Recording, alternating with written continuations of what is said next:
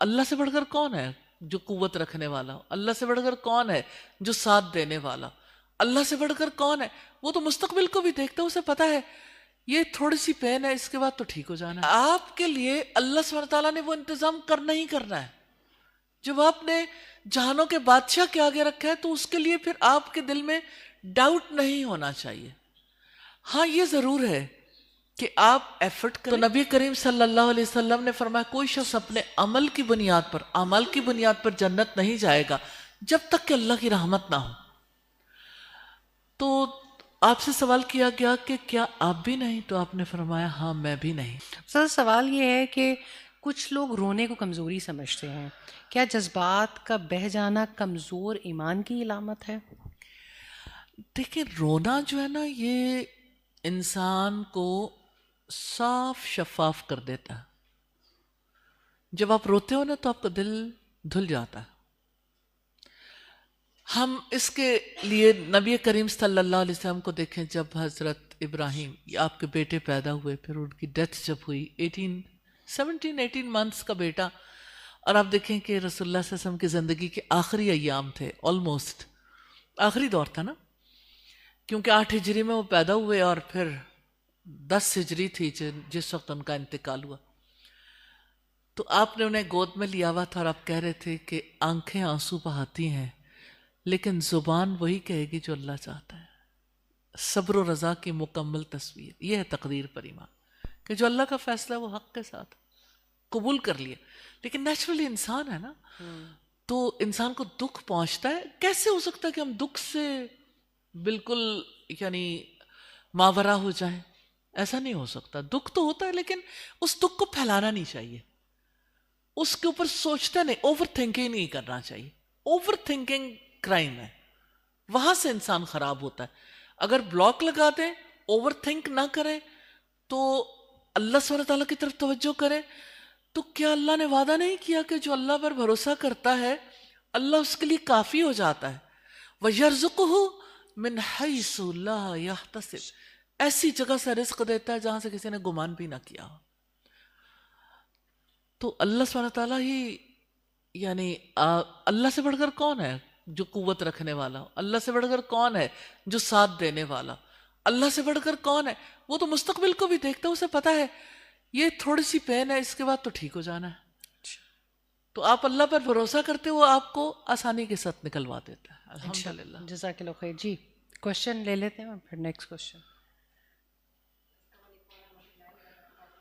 وعلیکم السلام۔ جی استاذہ، میرا سوال یہ ہے کہ جس طرح حدیث سے ہمیں پتہ چلتا ہے کہ جوتے کا تسمہ ٹوٹے تو بھی اللہ تعالیٰ سے ہی مانگنا ہے، تو یہاں پہ کہنے کا مقصد یہ کہ جب کوئی ایسی ضرورت آتی ہے کہ ہم سوچتے ہیں ہم اللہ سے مانگ رہے ہیں لیکن پھر ہم کسی سے کمیونیکیٹ نہیں کرتے، اب جیسے کہ آپ نے بتایا نا کہ لوگوں کو فیل نہیں ہوا، لیکن آج کل ہم دیکھتے ہیں کہ ماڈرن ایج کے اندر لوگ اپنے اندر ہی اپنی ہی خود پرستی کا یا سیلف انفلوئنس کا جو شکار ہیں، تو ایسا ہوتا ہے کہ ہم پریشان بھی ہیں، لوگ توجہ نہیں کر رہے، تو ہمارا صبر بھی آزما رہے ہوتے ہیں، تو پھر ہمیں وہاں کیا کرنا چاہیے؟ کسی سے ہم کہیں نہ کہیں یا اللہ سے دعائیں کرتے رہیں؟ توکل کا جیسے ہمیں کہ اونٹ کو باندھو پھر توکل کرو، تو یہ ساری چیزیں جو ہے وہ تھوڑا سا مکس اپ ہوتی ہیں، شیطان انزائٹی کے اندر ہمیں مبتلا کر دیتا ہے۔ سادہ سا آنسر ہے، توکل کا مطلب ہے کوشش، دعا، اللہ پر بھروسہ، کوشش کرنی ضروری ہے۔ دیکھیں جب آپ مانگتے ہیں دیٹ از ناٹ ایفرٹ۔ آپ جب کسی انسان کے آگے ہاتھ پھیلاتے ہیں، کسی انسان کے سامنے اس کا اظہار کرتے ہیں، تو وہ ایک ایفرٹ نہیں ہے، وہ آپ اپنی ڈگنیٹی کو لوز کر رہے ہوتے ہیں، کیونکہ آپ کے لیے اللہ سبحانہ تعالیٰ نے وہ انتظام کرنا ہی کرنا ہے۔ جب آپ نے جہانوں کے بادشاہ کے آگے رکھا ہے تو اس کے لیے پھر آپ کے دل میں ڈاؤٹ نہیں ہونا چاہیے۔ ہاں یہ ضرور ہے کہ آپ ایفرٹ کریں۔ مثال کے طور پر فرض کریں کہ آپ کو یعنی رزق میں تنگی ہے تو آپ محنت کر سکتے ہیں۔ حضرت ایوب کی بیوی نے یعنی پیغمبر کی بیوی ہے، لوگوں کے گھروں کا کام بھی کیا تھا، اور ہمیں روایات ملتی ہیں کہ اپنے بالوں کی لٹ تک بھی بیچی تھی۔ حضرت ایوب اسی لیے خفا ہوئے تھے اور کہا تھا میں تمہیں 100 کوڑے ماروں گا کہ تم نے یہ کام کیوں کیا، لیکن آخر کار اتنی دولت مندی کے باوجود جب فائنینشلی اتنا زیادہ خراب صورتحال ہوئی تو یہ کام کرنا پڑا. لیکن نارملی لوگ جو ہیں وہ اس کو کیا سمجھتے ہیں کہ اپنی ضرورت آپ دوسروں کے سامنے ضرور رکھیں, تو اپنی ضروریات کو اللہ کے سامنے ہی رکھیں, لوگوں کے سامنے اس کا اظہار نہیں کرنا چاہیے. باقی یہ کہ جیسے رشتے تعلقات جہاں پہ ہیں وہاں پہ بھی آپ دیکھیے نارملی جیسے رسول اللہ کی بیویاں ایک دفعہ گھیرا ڈال کے آپ کو بیٹھی ہوئی تھیں, تو حضرت عمر آئے تو انہوں نے پوچھا کہ یہ کیا ہو رہا ہے, تو آپ نے کہا یہ سب مجھ سے خرچ مانگ رہے ہیں. تو حضرت عمر نے بہت غصہ کیا تھا. تو یہ والا معاملہ تو شوہر بیوی کے درمیان چلتا رہتا ہے نارملی, بچوں کے اور ماں باپ کے درمیان چلتا رہتا ہے, لیکن خودداری کو پروان چڑھانا چاہیے. کچھ چیزیں تو طے ہو جائیں تو اس کے بعد بہت ساری چیزوں کو اس طرح نہیں رکھنا چاہیے, ڈیسنٹ وے اختیار کرنا چاہیے. یعنی اپنے آپ کو جو ہے اپنی سیلف ڈگنیٹی کو ختم نہیں کرنا چاہیے. اللہ سے بڑھ کر کوئی عطا کرنے والا نہیں ہے.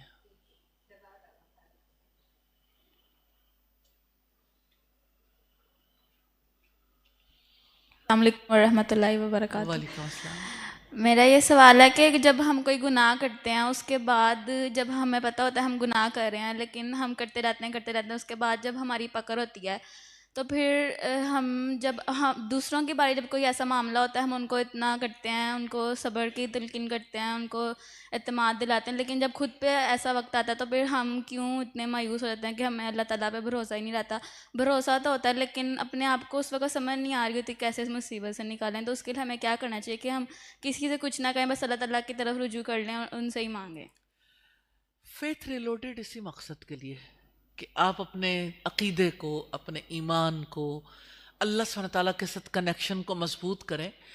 ہوتا یوں ہے کہ جس وقت ہم سامنے کسی کو سچویشن میں دیکھتے ہیں تو ہمارے لیے کہنا آسان ہوتا ہے لیکن انسان کے لیے گزرنا مشکل ہوتا ہے. گزرتے ہوئے تکلیف ہوتی ہے. اس وقت انسان چاہتا ہے آسانی سے جو ہو جائے.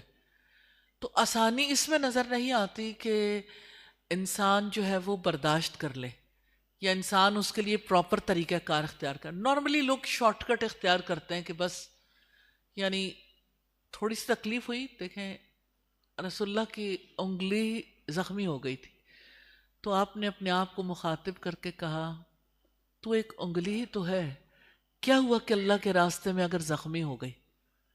اب آپ دیکھیں کہ یہ تکلیف کے موقع پر ٹریٹمنٹ کا ایک طریقہ کار ہے کہ اللہ سبحانہ تعالیٰ نے اگر اس انگلی کے ذریعے سے میرے لیے اجر لکھا ہے تو پہلے اللہ کی قدر پہ راضی ہوئے, پھر اپنے آپ کو مخاطب کر کے کہا کہ اللہ کی راہ میں ہے نا, اگر زخمی ہو گئی تو کیا ہوا.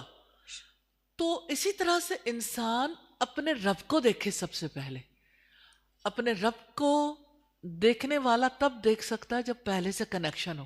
اب پہلے کنیکشن مضبوط نہیں ہے تو دیکھیں گے بھی تو دل کو یقین نہیں آئے گا.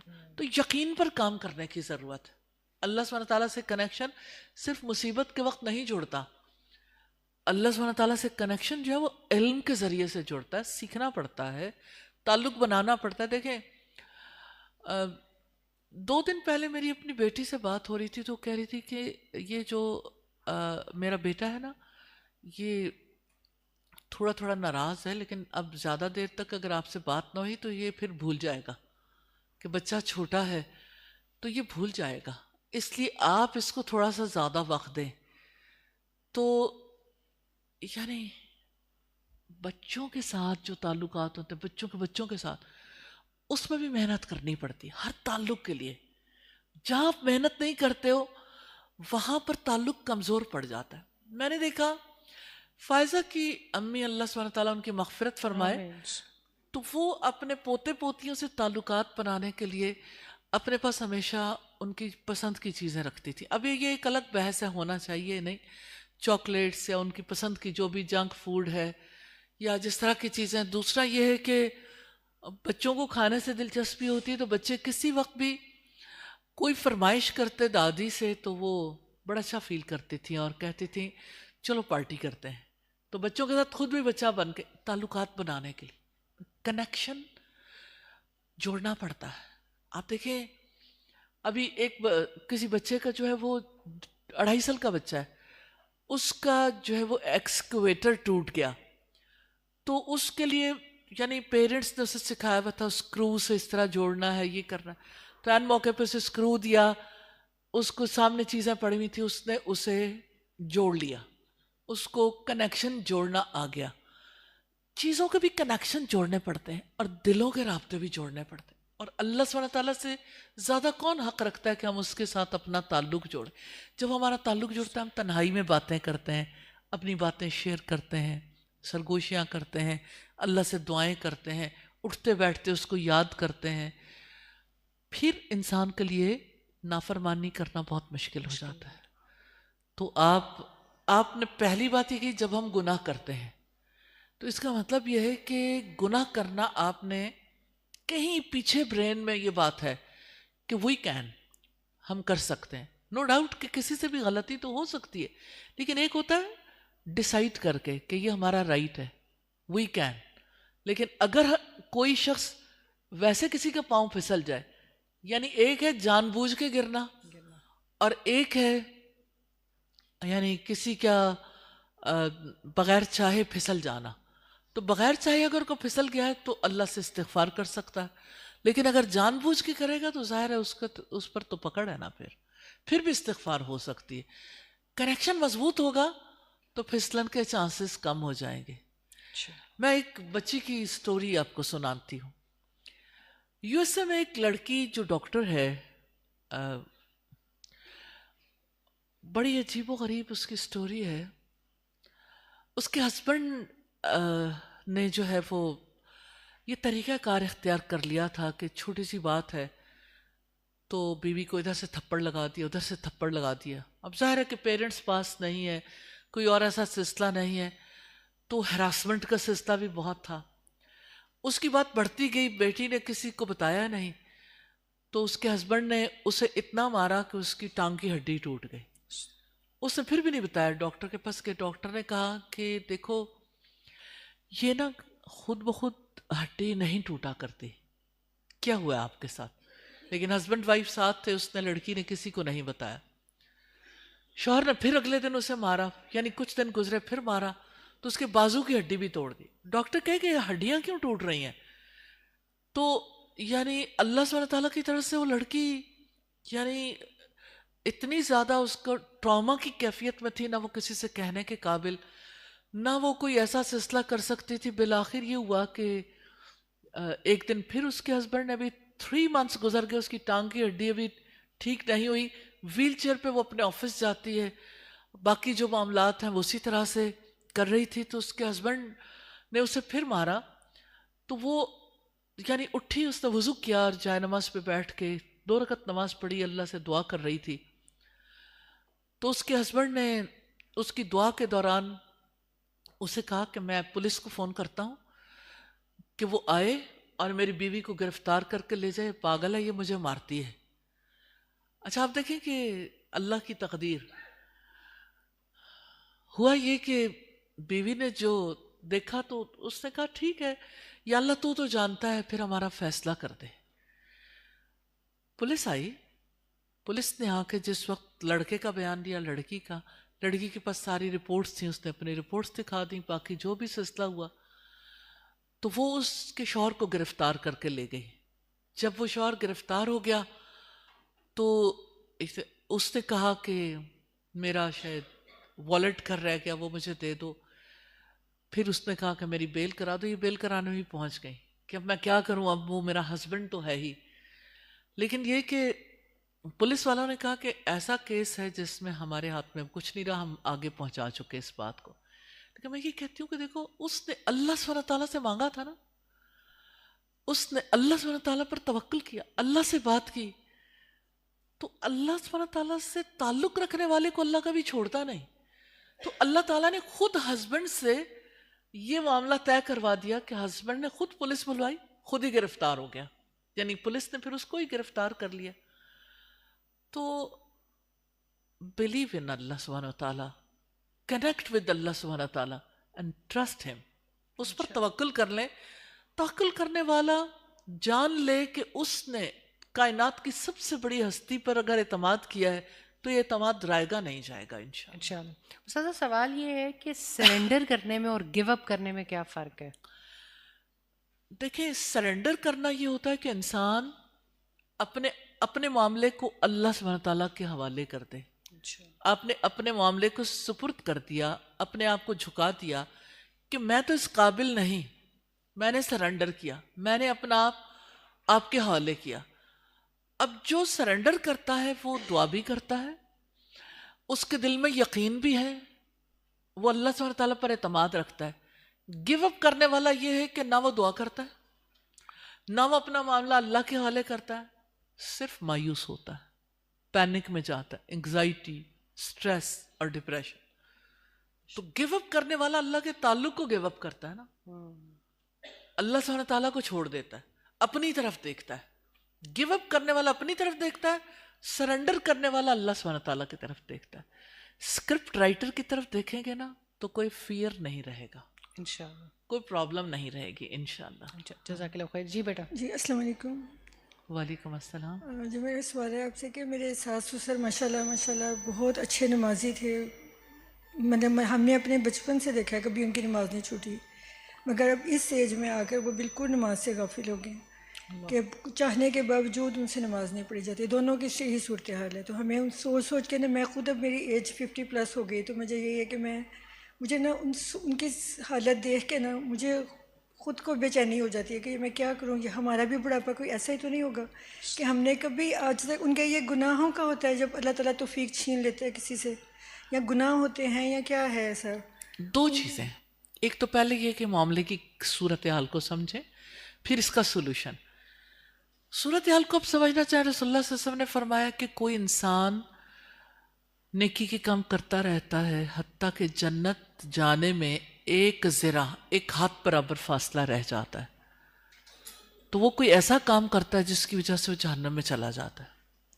اور کوئی انسان زندگی بھر برے کام کرتا رہتا ہے حتیٰ کہ اس کی جہنم جانے میں ایک ذرا کے برابر فاصلہ رہ جاتا ہے, تو وہ کوئی نیکی کا کام کرتا ہے اور جنت میں چلا جاتا ہے. یعنی کوئی انسان نیکی کی ایسی سطح پر نہیں پہنچتا جہاں وہ بے فکر ہو سکے.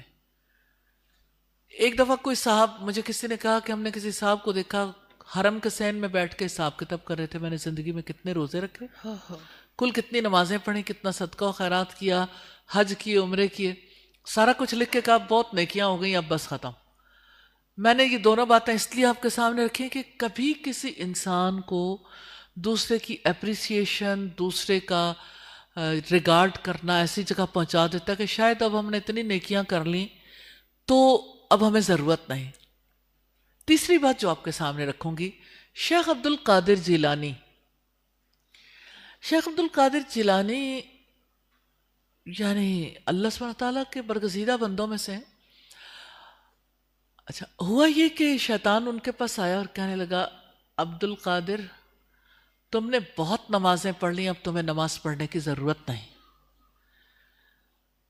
تو ایک لمحے کے لیے انہوں نے سوچا, پھر کہنے لگے رسولوں سے تو کبھی معاف نہیں ہوئی, کبھی یعنی صحابہ کرام سے تو معاف نہیں ہوئی, میں کون ہوں کہ میرے سے نمازیں معاف ہو جائیں. پھر کہنے لگے یہ شیطان ہے جو مجھے بہکا رہا ہے. پھر شیطان نے اگلا وار کیا کہ اعوذ باللہ انہوں نے پڑھ لی, تو شیطان نے کہا عبد القادر تمہیں تمہارے علم نے بچا لیا. انہوں نے کہا مجھے میرا علم بچائے گا؟ نہیں, مجھے تو میرے اللہ نے بچایا. اب آپ دیکھیں نا کہ کریکشن تو ایوری سٹیپ پہ ضروری ہوتی ہے نا. تو عبد القادر جیلانی رحمہ اللہ نے جب یہ کہا کہ مجھے میرے اللہ نے بچا لیا, تو اس کا مطلب یہ کہ یہ سٹیجز آف ریئلائزیشن ہے کہ انہیں ریئلائزیشن ہوئی کہ یہ کام خراب ہے. اگر میں نے یہاں پہ یعنی اگر وہ سوچتے نہیں تو وہ بھی سب کچھ چھوڑ کے بیٹھ جاتے. تو کبھی کسی کے ساتھ ایسا معاملہ ہوتا ہے, آپ خود ان کے لیے استغفار کریں, اللہ سبحانہ تعالیٰ سے سجدوں میں ان کے لیے ہدایت کی دعا کریں, اور آپ ان کے سامنے بھی بہت سارے واقعات رکھیں. اور یہ کہ کوئی انسان کسی کی نمازیں, کسی کے روزے, چاہے زندگی بھر وہ نیکیاں کرتا رہا لیکن آخری عمل کے اوپر ڈیپینڈ کرتا ہے. تو انہیں کہیں کہ جس چیز کی ضرورت ہے ہم آپ کی ہیلپ کریں گے، لیکن آپ اپنی اس روٹین کو نہ چھوڑیں اور استغفار کثرت سے کریں، صدقہ و خیرات کریں. اللہ سبحانہ تعالیٰ سنتا ہے. اگر آپ کو موقع ملے حرم جانے کا، عمرہ کرنے کا یا حج کرنے کا، وہاں پر بھی دعا کریں. کسی نے مجھے بتایا کہ مجھے میرے بچوں کی اولاد نہیں ہو رہی تھی، تو جب بہت سال بیت گئے تو میں نے حرم میں جا کے اللہ سبحانہ تعالیٰ سے کہا یا اللہ میرے بچے کے ساتھ آپ کی جو ناراضگی ہے آپ اس کو معاف کر دیں. اس کے لیے استغفار کی تو کہتے ہیں کہ اللہ سبحانہ تعالیٰ نے انہیں صاحب اولاد کر دیا. یعنی کبھی کبھی اللہ کی ناراضگی ہوتی ہے، دوسرے بھی معافی مانگیں تو اللہ تعالیٰ جو ہے وہ کسی مسلمان کے لیے کی گئی، اس کی عدم موجودگی میں کی گئی دعا کو قبول کرتے ہیں. یعنی قبولیت والی دعاؤں میں سے ایک دعا یہ. تو حسن خاتمہ کی دعائیں کرنی چاہیے اپنے لیے، اپنے بزرگوں کے لیے بھی، کہ اللہ تعالیٰ ہمارا انجام اچھا کرے، کہ ہمارا آخری عمل جو ہے وہ ایسا ہو جو ہمیں جنت تک لے جانے والا. اور زندگی میں کبھی یہ سوچ لیا کسی نے کہ میرا عمل میرے لیے کافی ہے، تو نبی کریم صلی اللہ علیہ وسلم نے فرمایا کوئی شخص اپنے عمل کی بنیاد پر، اعمال کی بنیاد پر جنت نہیں جائے گا جب تک کہ اللہ کی رحمت نہ ہو. تو آپ سے سوال کیا گیا کہ کیا آپ بھی نہیں؟ تو آپ نے فرمایا ہاں میں بھی نہیں، جب تک کہ اللہ تعالیٰ رحمت نہ کرے. اور آپ جانتے ہیں رحمت کے دروازے کیسے کھلتے ہیں؟ میں ایک ایگزامپل آپ کو دیتی ہوں. سیدنا عمر رضی اللہ تعالیٰ عنہ سے کسی نے کہا بارشیں نہیں ہو رہی، تو انہوں نے صلاۃ استسقاء پڑھائی اور اس کے بعد جو ہے وہ استغفار کرتے رہے. تو لوگ کہنے لگے امیر المومنین ہم نے کہا کہ بارشیں نہیں ہو رہی، آپ نے اللہ سے دعا کرنے کی بجائے استغفار کر لی اور آپ آ گئی. تو انہوں نے کہا میں نے ان دروازوں کو کھٹکھٹا دیا ہے جہاں سے رحمت کی پھواریں برستی. تو استغفار کرنے سے، توبہ کرنے سے اللہ کی رحمت ہوتی ہے اور اللہ کی رحمت سے نیکیاں ہوتی ہیں. انشاءاللہ اللہ تعالیٰ آسانی کر دیں. ہم سب بھی دعا کرتے ہیں اللہ تعالیٰ انہیں نمازوں کی توفیق دے اور نیک اعمال کی توفیق دے دے. آمین ثم آمین.